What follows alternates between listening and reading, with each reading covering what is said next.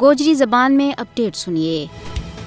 آج یوم دفاع پاکستان انتہائی عقیدت و احترام اور ملی جوش و جذبہ کے نال منایا جا رہی ہے۔ 6 ستمبر پاکستان کو یوم دفاع بہادری کی داستان ہے۔ 6 ستمبر 1965 کی جنگ نے ثابت کیا کہ پاکستانی غیور قوم اپنی سرحدوں کی حفاظت کے واسطے ہر وقت تیار ہے۔ یوم دفاع پاکستان کے دیہڑے مقبوضہ جموں کشمیر کی عوام پاکستان کے ناز یکجہتی کو اظہار کریں۔ ہر سال آج کے دیہڑے پاکستان اور مقبوضہ جموں کشمیر کے بھی یوم دفاع منایا جائے تاکہ اپنی سرحدوں کا دفاع میں پاک فوج کی قربانیاں خراج تحسین پیش کیا جا سکے۔ یوم دفاع کا موقع کے اوپر پاکستانی اور کشمیری ان بہادر سپوتانہ خراج تحسین پیش کریں جنہوں نے دشمن دے پاکستان کو دفاع کرتا ہے عظیم قربانی دیتی ہیں۔ پاکستانی قوم اس موقع کے اوپر کشمیریوں کی جدوجہد آزادی کے واسطے اپنی غیر متزلزل حمایت کو یقین دلاڑے۔ ہر سال 6 ستمبر نہ پاکستانی دنیا نہ یاد دلاڑے کہ تنازع کشمیر پاکستان کی تکمیل کو نامکمل ایجنڈا ہے۔ کشمیریوں کی جدوجہد آزادی کی کامیابی کے واسطے مضبوط اور خوشحال پاکستان بہت ضروری ہے۔ کشمیر کی آزادی کی تحریک کو مقصد پاکستان کا دفاع نہ اور زیادہ ڈاڈو کرنا ہے۔ کشمیری پاکستان کا دفاع نہ یقینی بناؤن کے واسطے جدوجہد کر رہی ہے۔ کشمیری اور پاکستانی ایک دوجہ کے نال مضبوط مذہبی، تاریخی، ثقافتی اور جغرافیائی